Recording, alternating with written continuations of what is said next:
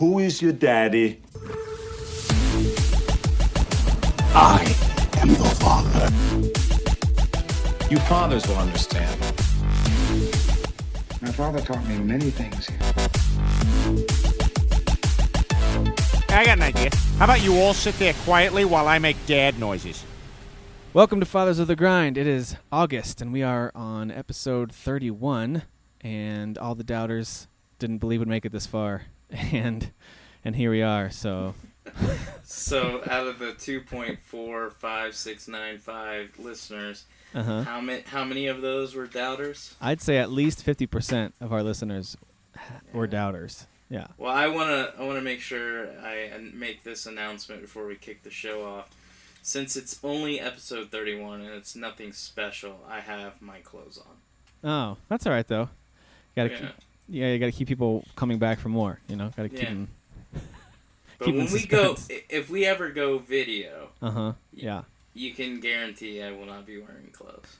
Yeah, well, that's a good reason for us not to go video. Actually, you just need to get a webcam, and we'll be all set, man. So get a camera, and let's do this. I may or may not mute your camera for most of the time, but that would be fine. Let's give it a whirl.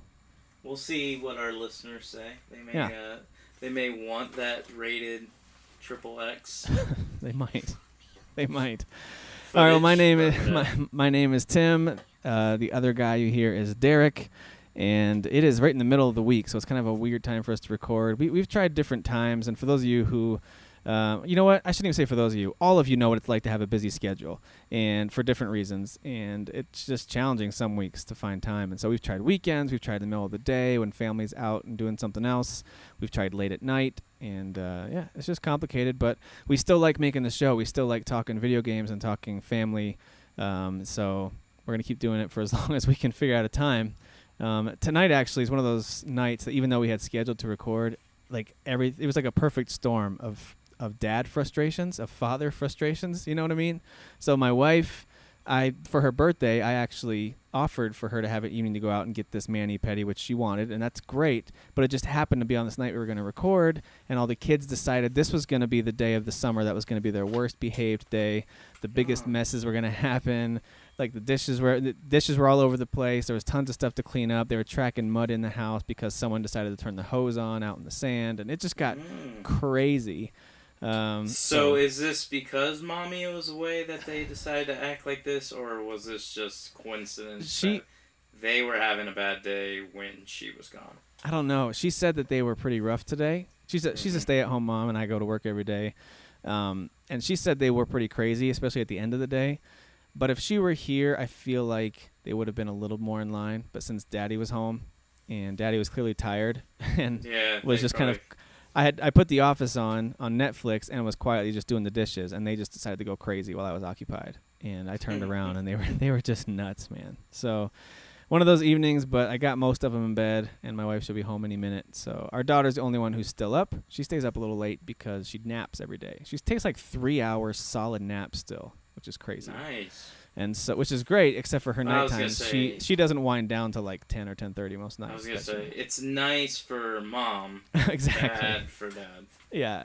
And during the school year, when the 4 boys will be in school, my wife's gonna love that. When it's just her and Nev, and assuming that Nev's still napping, then she's gonna have a real sweet couple hours there in the afternoon. But nice. Whatever. All right. So that's what today's been. It's just one of those times, and as all of you who have listened have heard. We've had some interruptions from time to time during the show. I think that's kind of what makes the show what it is. It's about a couple of dads who have, as we talked about, jobs and wives and kids, and we're trying to fit in this hobby of ours, and now this new hobby, which is podcasting, and it just throws another wrinkle into it. I don't know why we brought this on ourselves, but it just becomes challenging, but I think most of you can appreciate it, and I think that's why a lot of you keep tuning in, because you can relate to us on some level. So hopefully the interruptions come across as relatable and not as too annoying. But so I'm gonna put you on blast a little bit because you've shared with everybody your night.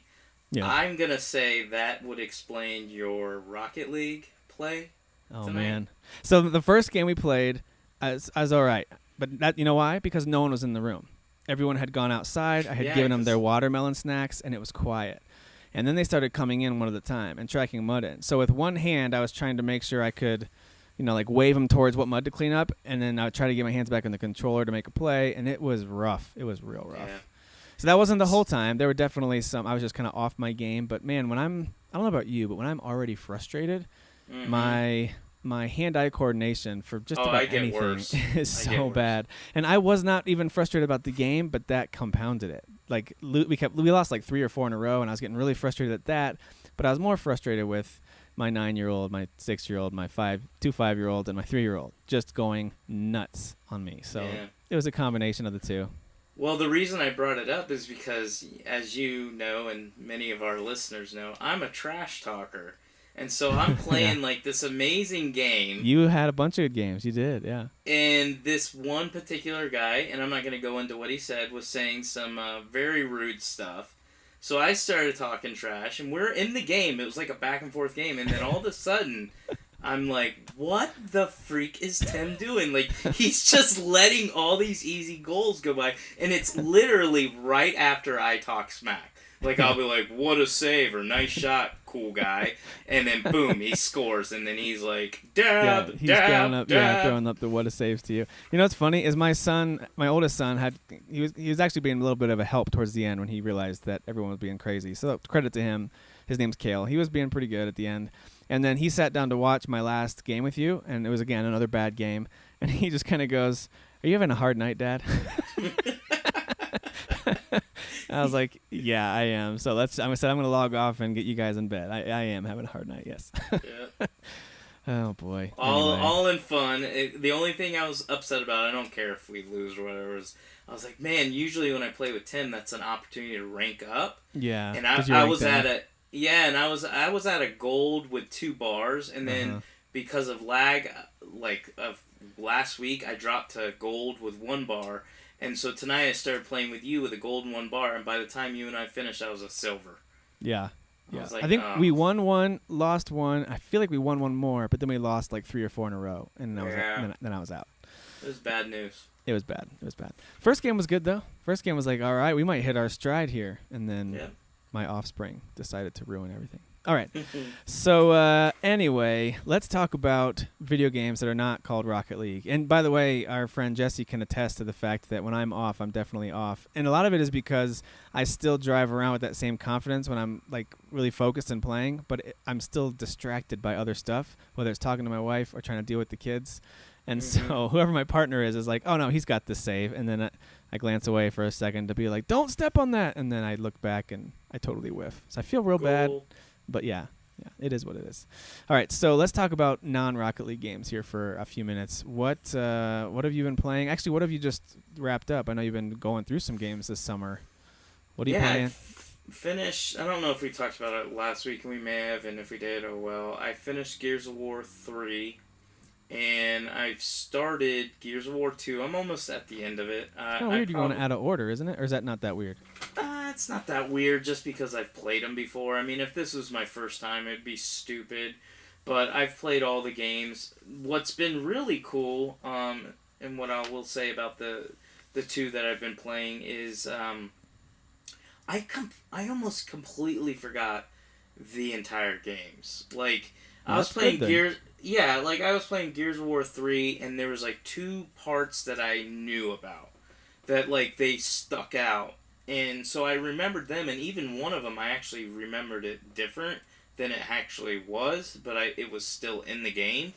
But other than that, everything else felt fresh and new. So then I was like, well, let me try to play Gears of War 2. And both Gears of War 2 and 3 are not, like, I like them, because I like all Gears games. It's my favorite Microsoft franchise. Mm-hmm. But I don't have as much love for those 2 games as I do the original. Gotcha. So going back and playing these, it's pretty awesome because both of them have exceeded my expectations. I know we talked about last week how we were like, well, when you go back and play a game, do you ever like it more, like it less, or do you just feel the same? For you, it was you basically feel the same. You already love it, and it stays that way. For me, sometimes I forget my experiences. Only thing I can remember is, I didn't really like that game that much, or it was alright, let me go back and see if I like it more. And these two games, while they were more than better than all right, they're definitely better than what I remember. And I've actually really, really enjoyed going back and playing them. Now, do you like 3 more than 2? Is that why you played that first, just in case you kind of lost steam in playing the games? I actually started 3 in hopes of playing with more than just myself. I knew, like, Jesse and Rob Rinaldi, I said it right, yes. Rinaldi. Rob Rinaldi and Nate Bacon and some of our other listeners, they got Xbox Ones. They love Gears of War like I do. So I was like, I'll start Gears of War 3 first. Let's see if we get people jumping in. The only person I've really gotten to play with more than once is Jesse White. And we'll probably beat Gears of War 2 together. And then from there, I'll probably go to Gears of War Judgment. But I did make an announcement on Facebook that if anybody wants to play Bloodborne or Dark Souls 3 with me, I'm down. So I'm still playing those. Nice. All right, so you're replaying stuff right now, which is kind of... it makes sense. It's kind of appropriate timing considering we just talked last week about replaying games. So I can see that you're kind of in that place. You're going back to games, revisiting some stuff, which is cool. Yeah, I mean, I should be playing new stuff because between you and I buying games... like, you know, that whole, and I think we talked about this before, that whole drive of like, well, I moved from this game, now I gotta go to this one because I bought it, or Tim bought it. And I just have been ignoring that voice. I've been like, no I'm just gonna play what I want. Yep. These are the games I like, and then if I ever get in a desire to play something new, I will. I did, and before we go to you, I will add on that I did play Homefront. And I actually put in about 3-4 hours into it. This is the sequel, right? Revolution? Yeah, Revolution. Okay. And I like it. It's flawed. It's definitely flawed. But I like it. Like, it's fun. I do not regret spending my $19 on it. I'm really happy I got it. You guys heard it here first. It's Derek's game of the year so far. Yeah, definitely. Well, game of the century. Game of the century, right. I don't want to underwhelm it with just game of the year. Game of the century. But no, it's a pretty good game. I think I posted about it and I said, if you've got $20 and you're interested, buy it under 20. If you're not interested, obviously it's not good enough for me to tell you, you've got to play. It's not a must play. But if it's something that you're like, for instance, I'll speak to you, you like Far Cry games. I do. I would say when this game drops under 20, maybe $10, because it's going to be a game that drops pretty fast. I mean, I got it retail for 19. Then I would do it.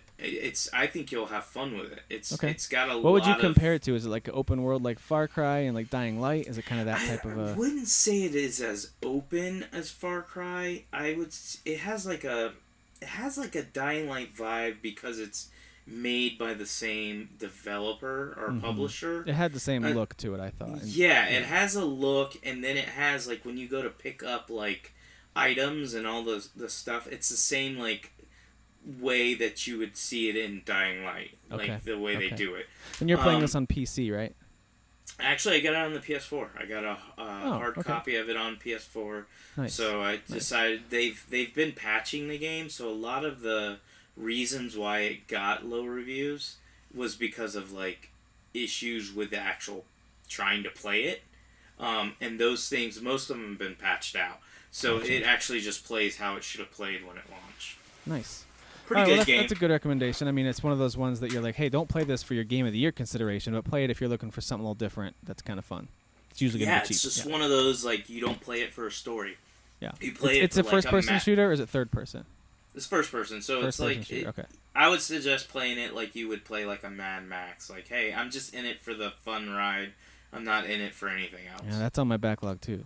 All right, so let's talk about things that I'm playing. I just finished 2 games. Last time we talked, if I remember correctly, I was almost finished with I Am Setsuna, and I'm now done with that game. It was a very good game, a great JRPG. It was kind of nice timing in between some of these larger scale games I'm working through between The Witcher 3 and then Rise of the Tomb Raider. So good timing. I stand by what I said before. It's right in a solid 8.5 type of a range for me. It's a great game. Had it come out during the PS1 era, it probably would have been on my top list. You know, probably would have been up there with my Final Fantasy 9s and Suikoden 2s and those kind of games. So it's very, very good. It just doesn't really do anything new. That's the only drawback, really. So it's good. Rise of the Tomb Raider I finished about 2 nights ago, and it's fantastic. It's right up there with the original reboot that came out, I think 2013 maybe. It's right up there with the best of the Uncharted series. It's really amazing. If you have an Xbox One, you probably could find this game for very, very cheap. It was on sale for like $20. Oh, and you can get it for even cheaper than that if you go used some places. So definitely get it if you've got an Xbox One. If you don't, if you have a PS4 and you're holding out, then you're in for quite a treat when it comes out in October with the full DLC and the extra modes it's going to have. I would say if you haven't played it at all and you're waiting on the PS4, for me personally, it's definitely worth the full price if you're excited about it and really want to play it. If you can wait a little bit, I'm guessing the price won't be up there for too long, since it is it's not a re-release, but it's like a definitive edition of a previous release. So anyway, all that to say, amazing game. I don't think it's as good as Uncharted 4. So since those games get compared a ton, I know there's differences, but they are very similar. There's lots of climbing and third-person cover-based shooting. I liked Uncharted 4 better, but man, do I love the bow and arrow of Tomb Raider, and she's a very likable character. It's a decent story. It's very, very good. So love that game. And I tried a little bit of Tricky Towers, which is one of the free PS4 games that's out this month. I was just curious to at least give it a shot before I deleted it, and because it looked like Tetris, and I've always been a Tetris fan. And it basically is Tetris, except you're not trying to line up blocks to make them go away. You're actually trying to build towers. It's like a physics-based Tetris, if you haven't tried it yet. So you've got this kind of small platform, and they have a set number of blocks or a certain amount of time or a certain level you need to reach. They have all these little goals that you have to reach. It's just a puzzle game. It's got a lot of personality. It's got these little wizards that are floating around kind of laughing and reacting to everything that's happening. It's a solid game. It probably would do better on something mobile or maybe a portable of some kind. I'm not sure if it is on portables or not. But it's not bad. It's free on PS Plus, so go give it a shot if you like puzzle games. And I think there's 2-player couch co-op too, if you want to play with a friend. And lastly, so right now I'm kind of in between. I just finished Rise of the Tomb Raider, and now I'm just kind of waiting. So I'm playing a little Rocket League. Still watching a bunch of TV shows with my wife. We're enjoying the summertime of staying up late and watching shows most nights. And I'm just kind of in between things, waiting for No Man's Sky to come out this coming week. So by the time you guys are hearing this, No Man's Sky will be coming out probably tomorrow, if you're listening to this on Monday. Yeah. So I'm just kind of waiting for that one to come out. I'm not going to commit to another big game. I'm just going to try little stuff like Tricky Towers. I think that's why my goal is to beat Gears 2, and I said I might jump in the Judgment, but realistically, if No Man's Sky does hook me, and I am going to give it a chance, then probably not. So I'm really hoping No Man's Sky is special. I've heard it's got good, fun, simple gameplay. Mm-hmm. I do like, and this is the one thing that kind of gave me hope that I would like it, was I do like that there is a purpose. If the game was literally just go from planet to planet and maybe you'll run into somebody and you can name it, then I could tell you right now, no. I would absolutely Well, that's also because hate you it. and I are a little bit old, maybe not too old, but we just kind of missed the boat on the whole Minecraft era of games. Yeah, and that kind of game does not really interest me. I see the draw, but it doesn't really interest me. And so since No Man's Sky had potential to be that, where it's just make your own space adventure, that wouldn't be fun to me. So I'm glad it's got the openness and the exploration, which I think is going to be the hook. But I'm also glad that I'm also glad that it has a line. I don't know if you have a quest line, but there's definitely, according to the early leaks of the guy who had the game early, assuming that that's legit, and I think it is. We've got a solid 20 to 30 hour single player experience, bare minimum. It is legit. I know Sean Murray said in an interview a long time ago, because he's always been really vague in his interviews. Yeah. But he did come out, and this was like probably a year ago now, and say, hey, listen, this isn't just an exploration game. Right. There is a purpose. There is a... I want to say there's supposed to be some type of villain. I don't know if it's your typical villain, but there is supposed to be some type of antagonist and a purpose to the game. So I'm really hoping that's true, and I wasn't misled or misheard. But yeah, I'm looking forward to it. I took the whole week off work just to play that game. Yeah, you did. Yeah, I mean, why would I take it off for Deus Ex? Even before the delay, you took that week off ready to play this game. Yeah, I was totally pumped for it. So, yeah, I'm excited though. I'll probably stay up to midnight since I don't have to go to work the next day and give it a shot. I probably won't do that, but I will definitely play it as soon as I'm able to. So that'll be my next game moving forward here. There's still some things in my backlog that I technically could jump into. It's only Wednesday, so I could knock something out in the next 5 or 6 days. And so who knows? Something might all of a sudden pique my interest. But I've been waiting for you to jump into Watch Dogs. You said it was going to be a summer game. I know, and here we are in August. Maybe that's the one. Is that a pretty long single player campaign? Is it like Assassin's Creed games where it's in the 20-hour range? It's probably around 20 hours. Yeah. I knew it wasn't as long as GTA 5. Okay. It's just whether it hooks you. I think you should just try it because we talked about this. That if it's something that you play and you're like, okay, this is fun, then I think you could beat it. I don't know if you could beat it before No Man's Sky, but maybe when you get a little tired of No Man's Sky, you could just switch back to Watch Dogs. Yeah. At least that's how I do it. I like to play 2 games at one time, but and there are different styles of games. Yeah, that could work. And if you don't like it, and if it doesn't hook you in the first 3 or 4 hours, then I'm done. Move along. Yeah.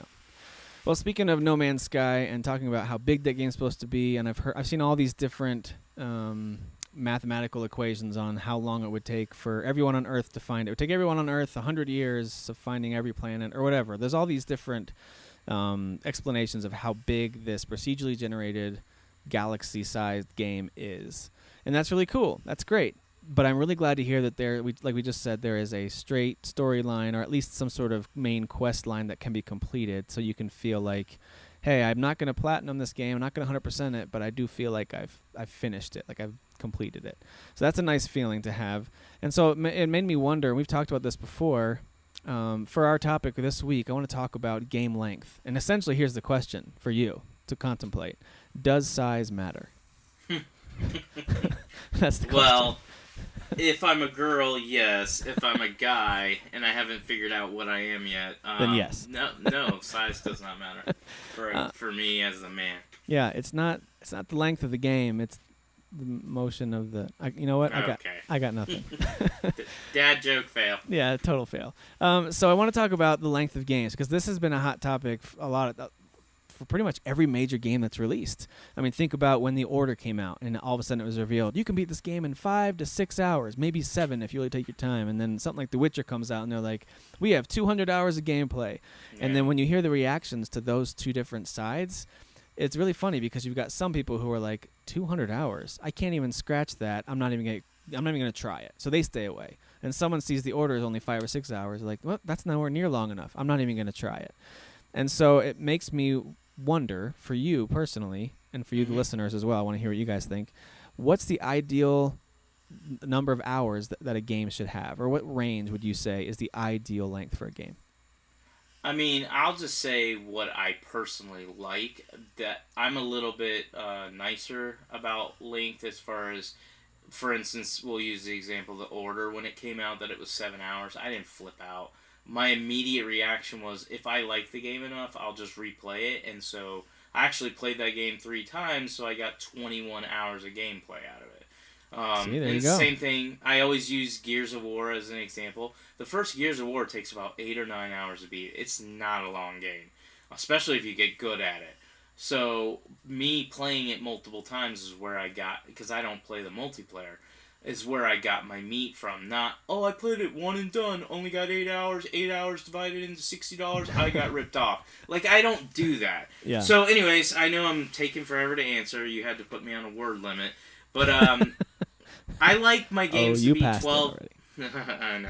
I like my games to be 12 to 20 hours long. Okay. Like, it's somewhere in between there. I feel like those are, and if you think about it, those are your Uncharted, your Rise of the Tomb Raider, and even Mass Effect goes a little over that, but most of them are built to be about 20 to 25 hours long. A lot of your non-RPG AAA games are going to fall in that range. I mean, unless it's a Western RPG or something like that, or one of the Souls games, unless it's one of those, then it'll probably land in that time frame. And even the Souls games, if you're good enough at them, I suppose you could knock out in maybe close to 20 hours. Well, I mean, the first time I went through Dark Souls 3, it took me 35 hours. But I've got a total hours, right now I'm at 55 hours, but I've completed the game twice.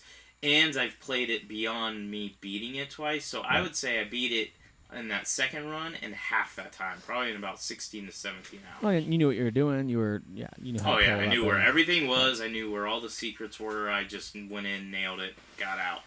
Yeah, and I think that's what a lot of those, again, AAA games, unless it's going to be some kind of unique Western RPG like your Fallout 4, your Witcher 3, your Skyrims, things like that. Those are, of course, going to be extremely lengthy when it comes to how much time you can put into those games.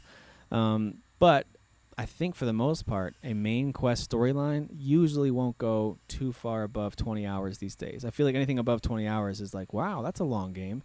At least for the main quest line.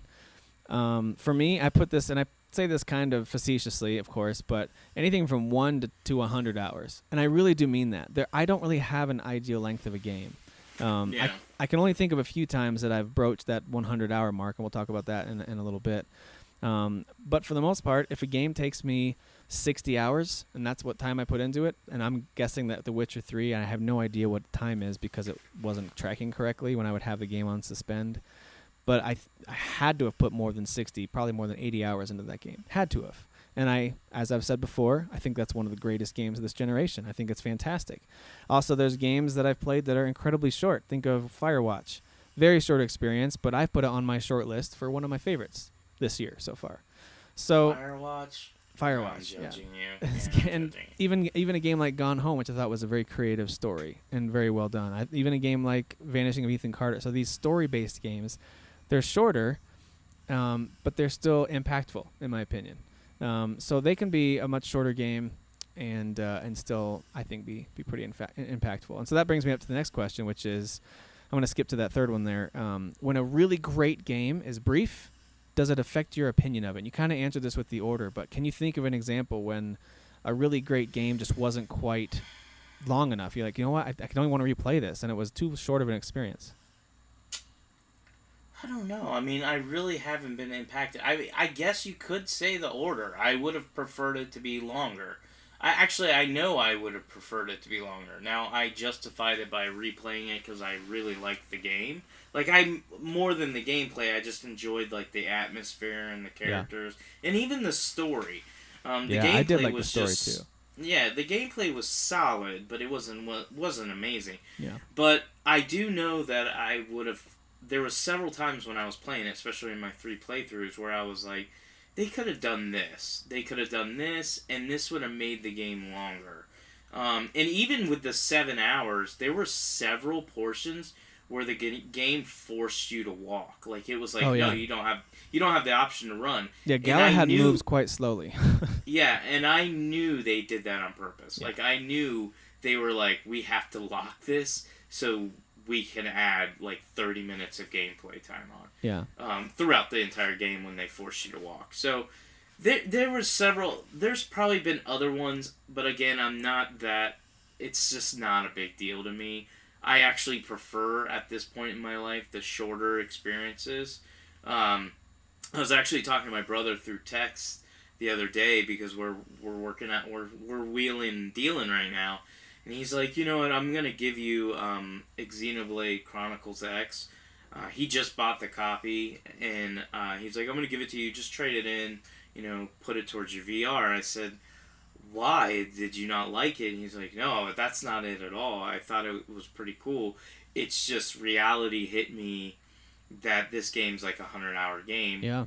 And he already has, because he's late to the console generations, he only was a PC gamer, so coming over here, he's now trying to experience The Last of Us, Uncharted, and so on. That game is just not a smart game. And that's what I told him. I was like, exactly, dude. Because when I bought it, I was hyped for it, and I started playing it. I was like, it's fun. It plays just like Xenoblade Chronicles. But I didn't invest much time in it because I was like, you know what? It doesn't offer what Xenoblade Chronicles offered, where it had like a actual narrative that I cared about with a character. They gave you this avatar to create, and I don't like that. Yeah. Not for that type of game, not for JRPGs. And so I was like, no, I totally get it. Like, it's just too long. It's too big. There's too much crap to do, and there's not like this set gameplay that you could play when you've already got this huge backlog, and that's Yeah. how I feel. Like, yeah, and that would, big especially if it's part of the games- backlog, I could see that. Yeah. Yeah, and big games nowadays, even The Witcher, I know people are going to be like, but Derek, you beat The Witcher, you played all the expansions. Well, first of all, I spaced that out. And second of all, the way I play a lot of open world games, if they're really, really challenging, I'll lower the level of difficulty just to enjoy the story. If I'm getting to that point where I'm like, I don't want to play. I know. Oh. I know. Where is he at? Easy mode. I know we. Oh. But I'll do it on certain games if I'm like, I'm really getting tired of playing this and I'm tired of dying. Yeah. No, I can understand that. So if it's something I just want to finish, I don't do it a lot, but I do it on the big do it on the bigger games. We're making it through most of this discussion talking about it wasn't long enough. It was way too long. We're making through most of that without giggling, so we can laugh at a doo-doo every once in a while. Do it. I was going to say that as far as shorter games affecting my opinion of it, I can think of a few. And I know I just got finished saying that there isn't really an ideal length for a game. And I stand by that. I don't think there isn't one ideal length for a game. But a game like Inside. So I just completed that game a few weeks ago. Came out on the Xbox One. It's coming out on PS4, it sounds like, at the end of this month too. And when that game was over, I felt like I was just starting to ramp it up with understanding all of the different mechanics and some of the ways the puzzles worked. And I was really getting interested. And there's kind of a weird twist in the last, 15, 20 minutes of that game. And it kind of changes things up. And it really makes some of the puzzles and things you have to figure out really interesting. And kind of disturbing, but really interesting. And I wanted more of that. And so when the game was over, I didn't want to go back to the beginning before everything had changed and just gotten interesting. I didn't want to play through it again. So the replay value on a game like that, for me personally, was not very high. And so Inside, great game, very high quality, yet the brevity of it really kind of brought it down for me. And same thing with games like Shadow Complex, which was a really fun kind of Metroidvania side-scrolling game that came out a few years back. And I think it was really good, but man, was it a short and a little bit too easy of a game. And so I'm really hoping that when they make the inevitable sequel, that it'll be a lot better. And one last one that comes to mind was the poor Nintendo 64. They had hardly any RPGs. I mean, the PS1 was demolishing them in terms of deep, meaty RPG games. And Quest 64 arrived, and it was supposed to be this beacon of hope for us Nintendo fans who had held out and were like, no, Nintendo, you can do it. You can do an RPG game that's, not Zelda, since that's technically not an RPG. You can do it. And so I forget which company it was, THQ maybe. They put out Quest 64, and that game was very weak. It didn't look that great, and the battle system was not that great. But just as it started to get interesting, and I started to pick up some things in the battle system that were okay, not too bad, kind of interesting, the magic abilities they give you, then the game's over. I finished that game in like 8 hours. And that was supposed to be the big N64 epic RPG was over in just 8 hours. And I couldn't believe it. I wasn't even trying to move through it that quickly. I couldn't believe it was that short. So that definitely affected my opinion of that game. But yeah, I think it can affect it. And on the other hand, some games drag on for too long. And they overstay their welcome. So what games, or I guess a group of games for you, jump out as being, hey, you know what? This is too much now. Like, I've enjoyed it for a while, but now I'm ready to move on, and the game is still going. What games jump out at you? I talked about Final Fantasy X did that for me. Mm-hmm. It was my first real experience. That's one for me too. Yeah.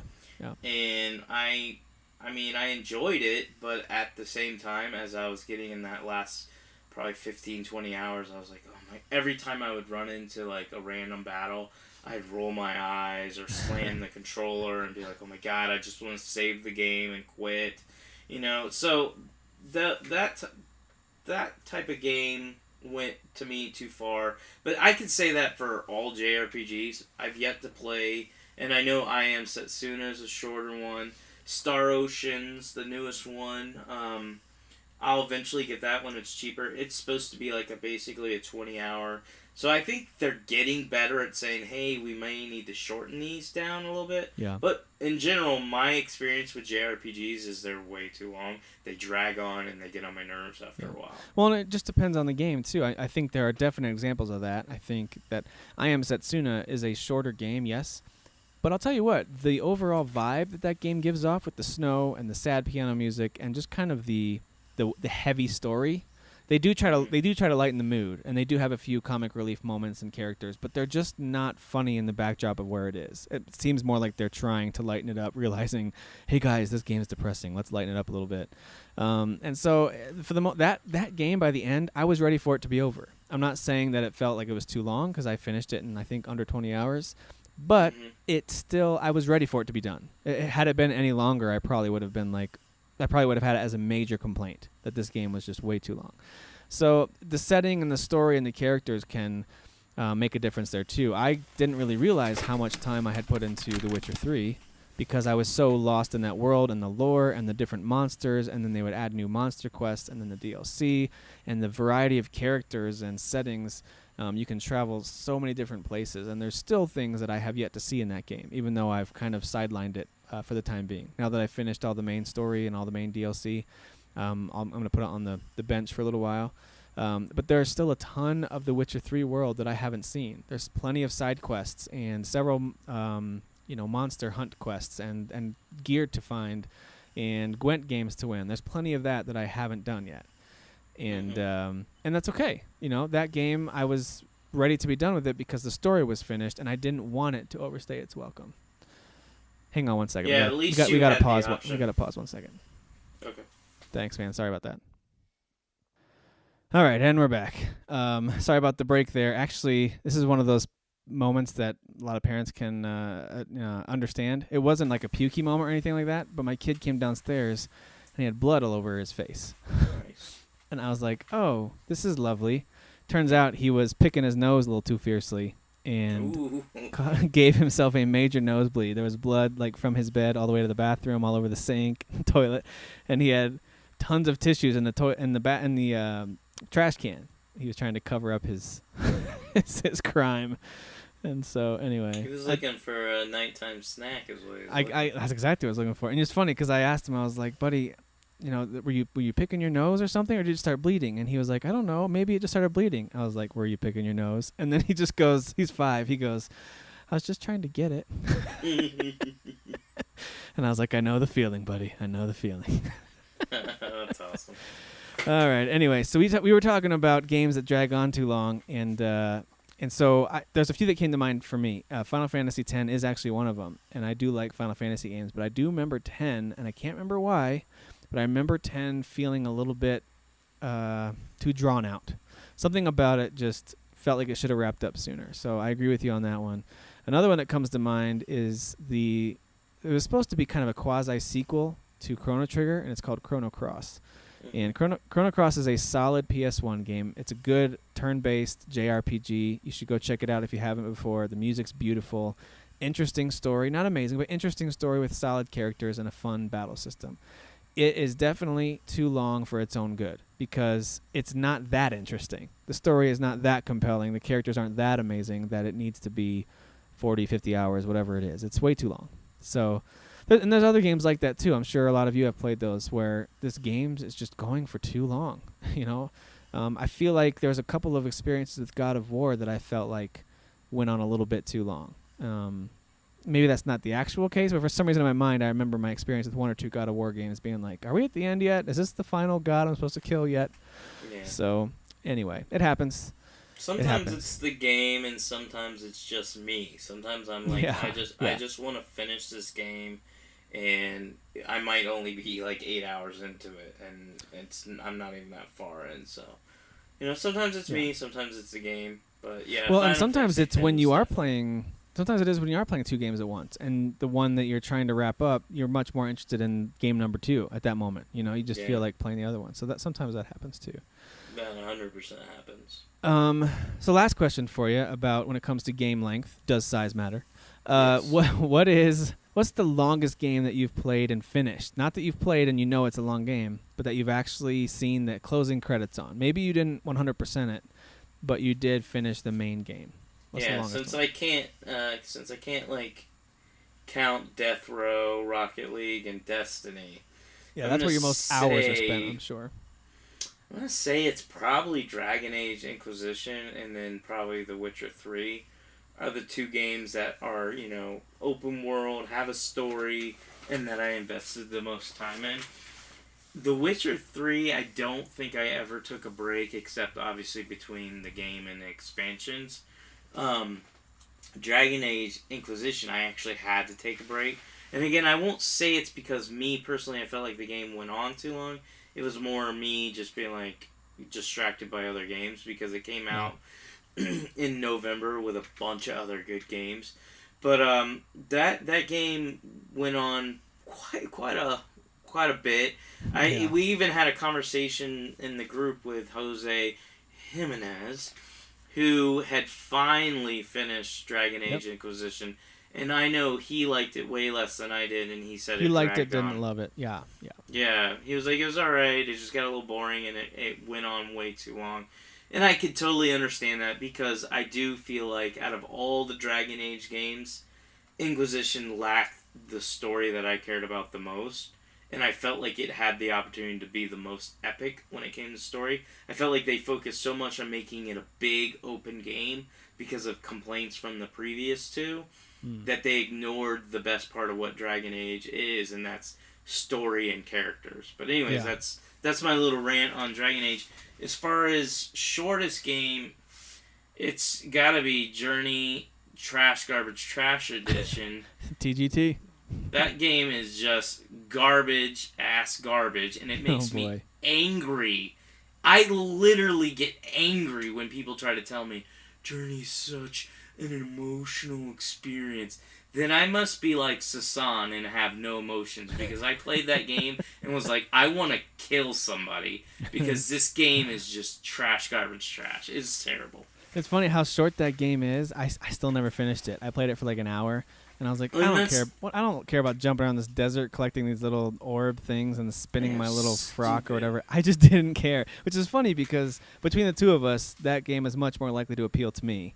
As like, yeah, it was a good experience, and here's why. I had no interest in Journey, but so I'm with you. It made me more angry because I bought it because everybody at this time that I was in a group with, they were like, it's epic, it's amazing, it's so spiritual and emotional. And then I've got GameSpot, this was the site I was on the most at this time, saying it was their game of the year, and there was other sites saying it was their game of the year, and they even made videos about how the multiplayer aspect of the game was so genius. I was like, what's so genius about it? You don't even know you're playing with anybody. That's not genius. Like, you're not doing anything. You know what's really interesting? You just brought something to my mind that I meant to ask you about, and this might take us off the rails a little bit, but who cares? Whether it's GameSpot or maybe it's like a recognizable person in the video game industry. Think of like a Jeff Gertzman from Giant Bomb. He used to be at GameSpot. I don't think he used to like games too. He used to like games, but like a game like Journey. Whether it's him or maybe like a Marty Sleva, for example, from IGN, these guys love games like Journey. These little experiences, like how creative, how amazing, and this. But then when Ubisoft puts out an Assassin's Creed game that isn't, for whatever reason, they don't like it. Maybe it's got some glitches here and there, but it's still a gorgeous game in an amazing, historically accurate setting. Everything from the language, as we talked about in our group once, to the fighting, to all the different systems they've put in there with hundreds and hundreds of people working on it. And they'll just bucket that game with a comment like, that game is it's a bad game. It's just not a good game. Yeah. And it blows my mind that a game that's got just a few little assets set in the desert with this little figure jumping around, and I can't knock people for liking it. I've heard from many, many people that they emotionally connected to it. But to call that game good and to call something that is as epic and large scale as a Assassin's Creed, for example, which is easy to hate on, to call those games flat out bad, just absolutely confuses me. Like it makes me seriously question that person's judgment. Well, and I agree with you, but I also, my biggest issue is when somebody doesn't play a game and they hate it because all of games media or maybe other users will say this game is trash. Like, for instance, Assassin's Creed Unity, I'm not going to say it's the most amazing game. I'm not even going to defend it. It's one of the worst Assassin's Creed games. But. Yeah, well, and I liked it more than other people, but I didn't think it was that bad. But most people that trashed that game actually didn't even play it. Now, there was legit people that did play it, and they were like, I ran into this bug, and it just, I hated that game. And that I respect. it's when somebody says, "Oh, I don't like this game because everybody else says it's trash, so it's trash." Like when I'll use an example of a game that I talked about tonight. I made a post about Homefront, and I was like, I like it, and several people went on there and said, "Oh, this garbage game." They hadn't even played it. I know they haven't played it. That's because nobody bought that game. No, nobody in our group has played that game except one person played the demo, and Alan, will not even give it a chance because he hated not the demo, the beta. Yeah. He hated the beta so much. Yeah, but that's a legit thought, though. It's like, hey, I gave it a shot, even just in a small snippet of it. And that's fine. You can play like a beta or a demo and say, look, this game is trash. And as far as the sample of it I play, therefore I have no interest to play the full game. I get that. And you can even agree with the reviewers if you want. It's when you haven't experienced the game. Like, if I come out and say, I hate Journey, and I've never played Journey before, I just hate it because it's an indie title and it's popular, then I would hate myself for that. Yeah. Like, I've never played Gone Home, and I know how it plays out and all that stuff. I have zero interest in it, so I definitely think if I played it, I would call it a TGT game. But I won't say it because I haven't actually played it. Let me just tell you this, just man to man, friend to friend, don't play Gone Home. You will not like it. I know. It's TGT. So some of the games that I've played that were just some of the, I guess I could say I put the most time into would all be MMOs. And so I know your brother and a few others can relate to this. Games like EverQuest 2 or World of Warcraft. I played a lot of Star Wars The Old Republic. I loved that game. And that was really story-driven, too. Mm-hmm. And it could be played, I would argue, I would say 90% of that game, you can experience the main story at least, single player. Now, you're going to miss out on some of the side stories and some of the, I forget what they call their raids in that game, but some of those missions you could run that you need extra people. Those are a lot of fun, and you're missing out on gear. You're missing out on end game stuff, but you can experience each class's storyline solo for the most part. And it's a great game. I put more time into that than probably any standard console game. City of Heroes, I spent way too much time with that game. I played a good amount of City of Heroes. A lot of fun. And I wish there was another game like that, but there's not. But as far as standard console games, it's going to have to be The Witcher 3. The only other one that might eclipse it would be Final Fantasy VI, because I replayed that one more than anything else. And that game is a solid, even if you know what you're doing, it's going to take you 30 hours to beat. Usually 40 or 50 if it's your first time through. So yeah, The Witcher 3 probably was the one that took me the longest, and that's just taking into account the mainline story with some side stuff. The shortest one would be all of these story-based games: Gone Home, Firewatch, Vanishing of Ethan Carter. These games are all very short, bite-sized experiences, other than puzzle games and games like Rocket League, where each game's 5 minutes. Not taking those into account, then it's going to be these little story-based games that are done and done. Like, you finish the story and that's it. You never go back to it. So, anyway, I think we've made a lot of progress on this conversation, and now we can determine that size does indeed not matter. So, all of you guys who are waiting for that. What matters is Journey is trash garbage trash. Yeah, Make TGT. sure everybody understands that. Oh, and also is DFC. That's the company that makes these games. I've been told recently that actually means Daniel Freitas is cool or something like that. Oh my gosh. Daniel Freitas is literally the worst. As opposed to Dirty Filthy Casual.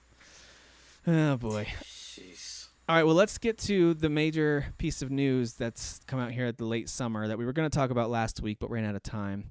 And I want to talk about Nintendo because my interest is starting to ramp up in what Nintendo is doing. So let's talk a little bit about this leak that came out of Eurogamer. There's an article. There's articles everywhere, but the Eurogamer report essentially has a number of trusted sources, and it's been confirmed by all these different news outlets that these are trusted sources, and we won't know for sure until they reveal it. Am I remembering this correctly? That Nintendo is supposed to reveal things in September. Did I hear that correctly? I think September. I think the reveal is all rumored right now. Nobody knows when they're doing it. Okay, maybe part of this rumor is that September is there. Is September the TGS? It's TGS. It's TGS, but I think they would either reveal it before or after that on their own terms. I think this is getting ridiculous. Like, if they're really going to launch this in March or April, I which know. I have trouble believing that now. Which you know what, they have to do that if they want to compete with Microsoft or Sony, because they already know the Scorpio is coming out in fall of 2017. You're not going to be able to. You're not going to be able to compete with that. Yeah, the only reason I could see holding off is if for some reason you thought you might push more of your platform, of your 3DS, especially being a portable. You don't want to undercut that at holiday season. I could see that being a possibility as to why they're holding off, but who knows? Not to cut you off, and obviously I want you to get to the meat of what we're going to talk about. But my issue is, you've got somebody like me who likes to buy these things day one. Like, I'm trying to get the PSVR. I want to get the new Xbox One Scorpio. I want to buy this, even though I honestly don't know anything about it. I think it's a day one. I mean, I bought the Wii U on day one. But I also need time. Like, I'm not a $1 million a year person. I need time to either put money towards it or to trade stuff in. And my trade-in is getting lower. So the longer they wait, the more other things look more valuable for me. Yeah. And so that's what's frustrating, because I just want to know when it's coming out. I want to know a price so I can start planning and budgeting, and they're waiting way too long, because I know I'm not alone in this. Right. No, I agree with you there. And as someone who totally skipped the Wii U, I'm definitely looking forward to seeing what Nintendo has next. And so here, let me just try to summarize some of these rumors, and feel free to chime in. You won't be interrupting me. You'll just be helping me fill in some of these gaps here. There's a lot of different rumors, and I'll try to summarize as best I can. These sources are talking about the Nintendo NX being a very powerful handheld device. That's why we've heard these rumors about the cartridge-based games, which is not a surprise. We've talked about that. Some people start to cringe at that, but cartridge-based doesn't have to be the old gray, big plastic, bulky things. It could be a small, sleek 3DS cartridge. It'll just be a higher tech with a much stronger chip that can hold a lot more data. And think about SD cards. I mean, I've got SD cards that hold a ridiculous amount of data that would hold multiple PS4 and Xbox One games on it. I mean, SD cards are crazy. They're cheap. And they're very cheap, exactly. And you don't run the risk of, disk scratching and needing to include a disk drive. That disk reader could be very expensive. So this could be a cost-cutting effort as well. And it might have nothing to do with that. What I was going to say is, if this is true, and I do believe this is true, I do believe that it is going to be a handheld console that then basically you can hook up to your TV, but then you can just walk away with it.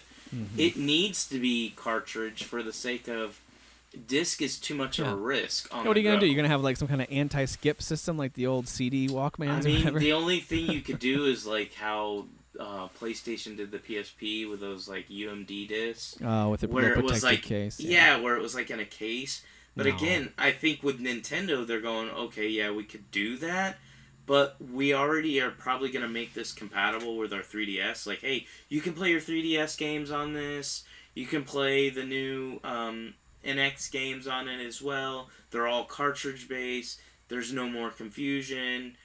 It's all one family, but it's not. If they could pull it off to make the DS or at least 3DS games compatible, that would be insane. Especially considering the fact that these rumors all seem to be pointing towards a single screen, and so there would have to be some kind of workaround when you put a 3DS game in that you're only playing on a single screen, which for a lot of games, it won't make a difference. It just means you don't have your bottom screen map or whatever, or commands. But for some games, it would seriously change the way the game's played. So that'd be interesting. I mean, they probably won't do that. That was just me hoping, because that'd be cool. That'd be cool, though. But here's the crux of the system is that it is portable. There's one of the rumors talks about a docking station where you then set your NX or your little console, your little handheld in there, and then of course that dock is hooked up to your TV via HDMI cables, and you're ready to play those same games on your big screen. Another part of the rumors include details about the controller, which reportedly can attach to the side of your handheld unit while it's portable and detach and become your controller or controllers when you're sitting in front of the TV. So I'm not sure, again, how much weight that holds, but that's an interesting use. It just, in my mind, I'm wondering, is this thing going to be ugly and clunky? I hope not. I hope it's smooth and intuitive. Let's see, controller modules attached to both sides of the screen. Yeah, the docking station I think is kind of cool. I like that idea. I've always liked the functionality of the Vita as my off-screen PS4, but it doesn't always work smoothly. And when you're away from your own Wi-Fi connection, there's definitely some lag issues. To have a little system that is running that actual game in itself means there's going to be no issues with lag. That system is running the game itself, and you can plug it in. I mean, imagine playing games like Pokemon or Fire Emblem or some of the other 3DS classics or DS classics or any kind of portable Nintendo game that normally was only on the go and you had to hold a screen up to your face. Now you can lean back on your couch and play on the big screen. That sounds awesome. Yeah, that's what I want. So I was going to ask you this. If, let's say, everything's true, maybe there's some small, minor differences, but overall, the core of these rumors are spot on. Like, it is cartridge-based, it is a handheld, but it's technically still also a console, so it does both. It's a hybrid. It's at about the Xbox One's power, which means when Scorpio comes out and the next PS4, which probably, or I don't want to say next PS4, but next PlayStation, is probably going to be almost double the power. So again, Nintendo's going to be behind because this is the rumor that it is not more powerful than the Xbox One. Right. What would be your price range that you would say, yep, this is day one, and what would be too high that you would say, no, I would do what I did with the Wii U, and that's wait and see and maybe never get it, or definitely get it, but it would be at this price? I think if they land at a price that's $299 or less, I'll get it day one. I won't even question it because I do miss Nintendo. Like the nostalgia part of me is like, I miss my Mario games. There's a lot of Wii U experiences I wish I had had. So if it's $299 or less, I would get it day one. If it's more than that, then I'm not saying no right away, but I definitely want to hear, okay, why does it cost so much? Is there some kind of incredible virtual console backlog? Are they somehow going to carry your Nintendo Network ID over, and now all the games you bought on the eShop will carry over? Okay, maybe now I'm interested because I've got a ton of 3DS eShop games and so on and so forth. So it depends on the games that are going to come out with it, what kind of downloadable options will they have, all those types of things. But I think hard drive matters too. Hard drive matters, yeah. The Wii U's hard drive was a joke. I ended up buying an external hard drive, and every time I would try to use it, and apparently I bought one that was compatible, but every time I would try to use it, which this is kind of sucks for like a Xenoblade, it would just basically, the game would crash. Oh, and I was lovely. like, this is so annoying. Lovely. Xenoblade by itself takes up my entire 32 gigabytes pretty much with all the updates and stuff. Right. And so I couldn't fit any other games on, so I put them all on my external hard drive, hooked it up, and it would crash. So I eventually just had to take off almost all my games and unplug my external hard drive. Yeah, so I mean, if the base system was $300 and they said, hey, for an extra 50 or an extra 100, you can have this exponentially bigger hard drive. With my love of virtual console and downloadable stuff these days, I would probably spring for the bigger hard drive just to avoid the hassle. But that all depends on what they roll out. If it's going to be a cloud-based storage system that is brand new, probably not. Nintendo doesn't do that kind of thing. But what are they going to do? How are they going to roll it out? Will there be multiple versions of it? Those things all remain to be seen. I have trouble believing it's going to be less than 400, but I'm like you, where I'm probably more sold than you because, like I said, my goal is to get it day one no matter what. But Even if you have to refresh eBay every day or wait at Best Buy. Yeah, absolutely, and smell the boxes. But if they can at least show me a reason to buy it besides, hey, it's a hybrid, because anybody who knows me knows I could give two craps about it being a handheld, because I don't care about handheld gaming. Now, if it's Xbox One level graphics, then that's pretty cool, because part of what I don't like about handhelds is I feel like it's like I'm basically playing an old game. They look old, they feel old, the controls a lot of times are clunky, so I don't really care about them. But obviously, this would be different because you could play first-person shooters. But the big issue for me, and this is why I said, and I've always said this, that Nintendo had to come out and be like, we are powerful. Not because we were trying to be like Sony and Microsoft. I don't want Nintendo to be copycats.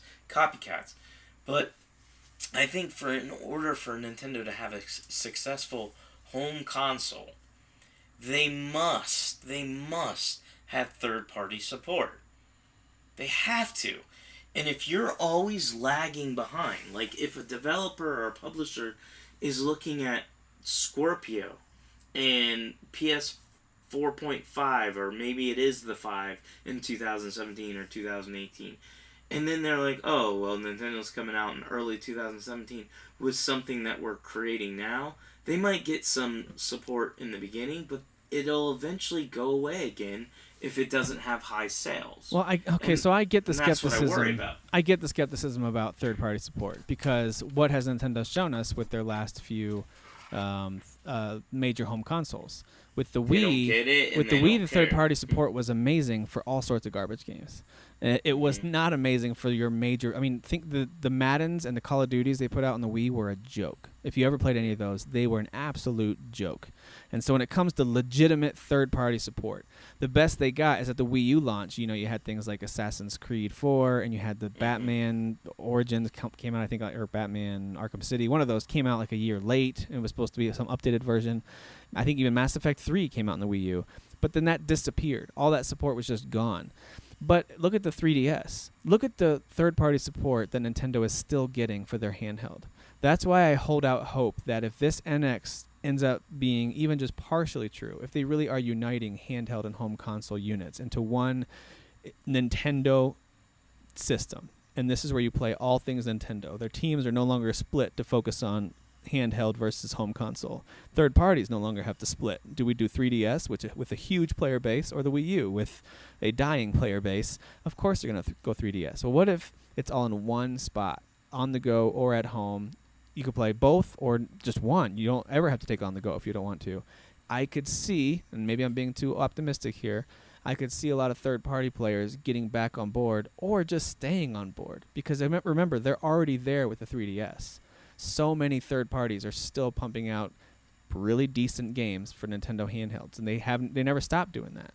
And so that's why I'm a little bit optimistic about third-party support for a unified Nintendo system. And that's what gets me really excited is, hey, not only will we see all the Nintendo stuff on one system, I don't have to buy Mario 3D Land on the DS and Mario 3D World on my Wii U. It's just the new Mario 3D game, whatever it is. And it's all in one spot. That is amazing. And we talked about how Nintendo almost seems like a small development company these days. It's like they can only work on one game at a time. That's fine. That becomes a much better situation now, because it's no longer split between their two different pillars. They can consolidate it down to basically, hey, now our handhelds and our console games are all in one. Yep, exactly. And the thing about the power of the system, unless I'm totally misremembering, the Wii U is able to pump out high-quality games at high frame rates and give you amazing experiences.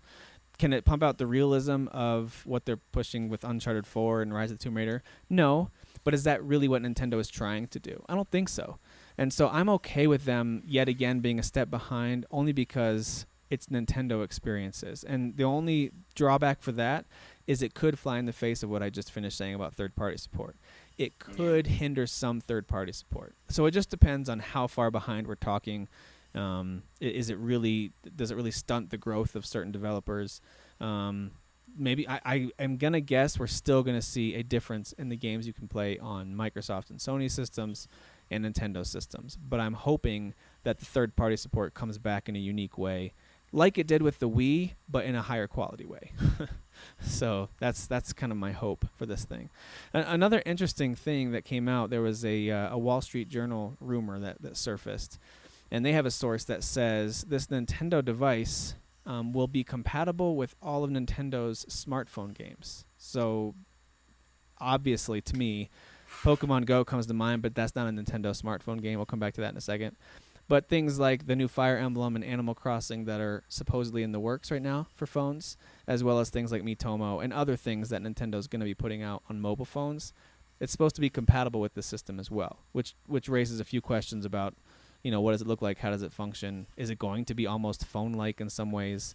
What is the deal with this little unit? So But the thing that jumps out at me is the biggest win, if they were to make this happen, would be if they could harness the current popularity and power of Pokemon Go somehow. If they could harness that power into, here's the Pokemon Go full experience, whatever that looks like. Like Pokemon Go on your phones is the light experience, but if you get Pokemon Go on the NX, it's going to be, and then fill in the blank. Maybe it's a full adventure game in addition to traveling around the world and catching Pokemon. But I digress. I think this all sounds very interesting. I am very excited about the idea of a unified Nintendo platform.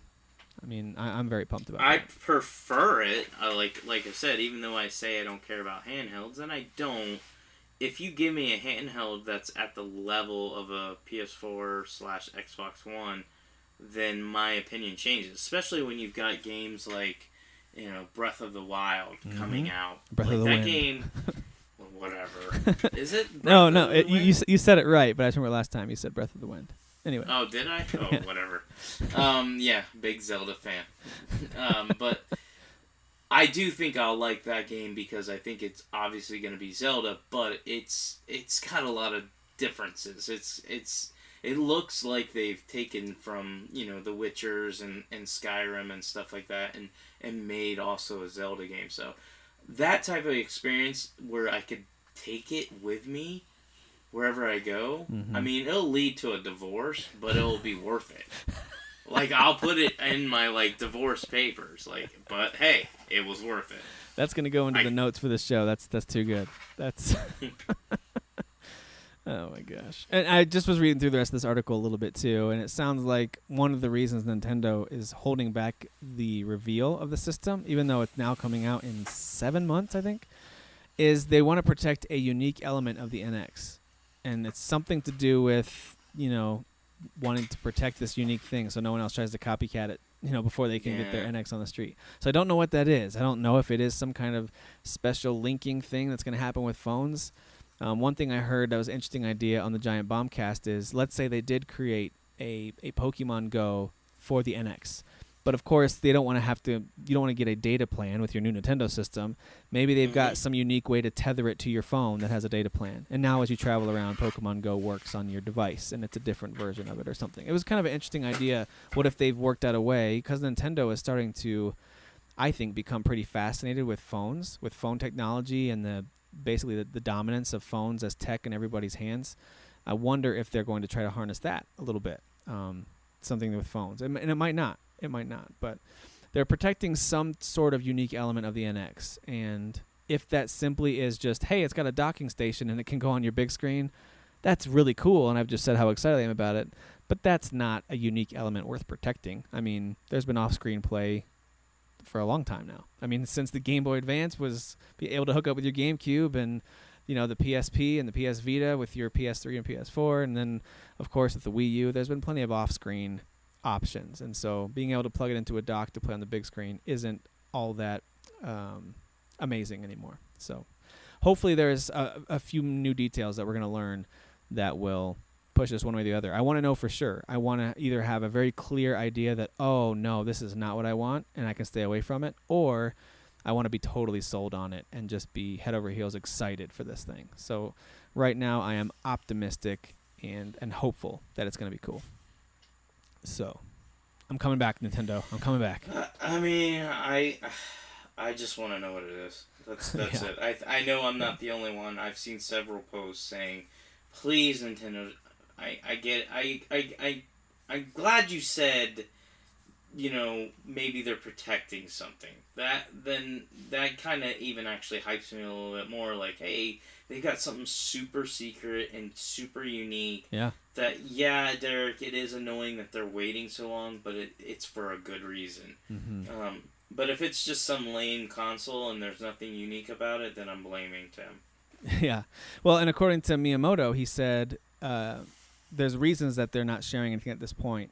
If it were just a matter of following advancements in technology, things would be coming out a lot quicker. So there's some kind of unique hook that Nintendo has up their sleeves, and especially with Miyamoto being so heavily involved, I am hopeful. Again, I am very hopeful about what this might be. So yeah, we will see. And of course, when they do announce it, I think it probably will be in the next month or two. when they do talk about it, then you and I will circle back and talk about this. So to close things out, we've actually got some great questions from our Facebook group community, and I opened it up for some questions. We got all sorts of good questions. One of them was from this guy, let's see, Derek Tigwe. He asks, what color is blue? Well, it's a good one. That guy is real smart. I actually think that Jonathan has a great question. He says, has gaming become more accepted in today's society, or is it still seen as something only kids do? I mean, for me, my opinion is it's more accepted into the people that play it. So that there are more people that play it, so yeah, it's accepted as far as more people accept it. But for anybody who doesn't game, like soccer moms and stuff like that, no, it's actually still very much frowned upon. Right. Yeah, it's very much frowned upon. Yeah. I constantly get harassed for my gaming, but it is what it is. Yeah, and I do think it's on the way down, though. So I agree that with what Jonathan is saying, that it's becoming more accepted. I mean, even in my circle of friends where there's complete non-gamers who are super outdoorsy and kind of would naturally look down on that kind of hobby, now they see it as more of just another option. Like, oh, you're really into gaming? That's cool. And they just kind of move on from there. Whereas before, you would get laughed out of the room and you pretend like you don't know what a game is. You're like, what? I don't know Nintendo. Because you're embarrassed of it. I think it's becoming a little bit better. But you're right. Mm-hmm. For people in our age bracket, and when we've got other responsibilities, when we, of course, make our own mistakes and let gaming take over, of course, we sometimes deserve the scoffing. But it's like if I ever, because I haven't really met, like I have a few friends that like casually game, like they'll play, Destiny or Rocket League or something like that. But like if I ever met somebody in local area of town that's around my age that has kids and is like into gaming like I am, like I would picture it be like that scene from Step Brothers where it's like, did we just become best friends? Yep. Because I can't find anybody, and I know there's probably somebody I know already, probably at work, that secretly games like I do, and we just don't, like, I try to hide it.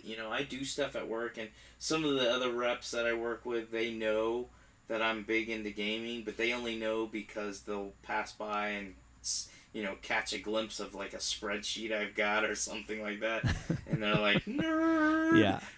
But I try to hide it. I'm like, nope, I don't want you to see this because I don't want to deal with the judgment. Yep. No, so it's still there from time to time, but for the most part, I think people are chilling out on all different types of hobbies. And a lot of that has to do with information and the internet, as bad and evil and horrible as it can be to see what people have to say when they show their true colors online.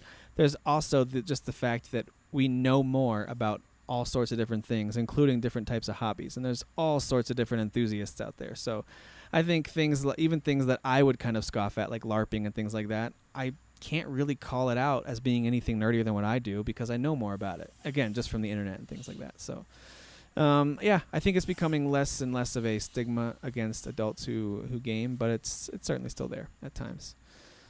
All right, I got one more question I thought was a good one. Our buddy Jesse asks us if we are going to start planning our Fathers of the Grind 100 episode spectacular. No. We're on episode 31, and so in 70 weeks, here it comes. 70 weeks. I'll probably fire you by then. Yeah, if we make it to episode 100, then something major must have happened between now and then. We'll see what happens there. I thought Jesse White had another good question. Why does Derek suck at life? Yeah, that was a good one. You can tell our listeners they are hardcore gamers who really care about us. Yeah, well, I liked John and Alan's interaction. John says, "What's the meaning of life?" and Alan responds to him, 42. Man, I'm telling you, if you guys aren't in our group, you're missing out. It's a great place to be. And we've got some new members that joined this week, too, so we're excited about that. Let's keep this community growing, and we do want to keep it free and clear of too much. Some people just want to come in and just advertise their stuff or spam the group, and we're going to avoid that. We want to keep the game just focused on family discussion, video game discussion, we want to try to keep it clear of too much politics stuff, unless we're all going to make fun of it together. That's okay. I don't mind if you make a joke, but I don't want to debate with you. Yeah, because we wanted this to be a place that you can come and just kind of relax. If you're going to be on social media, you can come to our group, talk about video games, talk about movies. You want to talk about, hey, I went to see Suicide Squad, here's what I thought. Or, hey, my kids did something crazy. Here's the photo proof of what they just did or whatever. Like, this is the place to come and hang out and chat. So, all right, we're going to go ahead and close it out. Thank you guys for listening. Feel free to share. I'm trying to keep up with things on YouTube. I think right now we're all caught up. So make sure you follow us, subscribe to us on YouTube, like our Facebook group and join that. And yeah, share when you get a chance. For those of you who aren't too afraid in your groups of friends and family to share the show, especially if you know other gamers who are full-grown adults, especially if they're parents. We want them to have a chance to check it out. So thank you guys so much for listening. Derek, any closing words? Vote Pedro. I mean, it's election year, vote Pedro. Yeah, that's solid. All right, cool. See you guys. Yeah, bye. Who is your daddy? I am the father. You fathers will understand. My father taught me many things. I got an idea. How about you all sit there quietly while I make dad noises?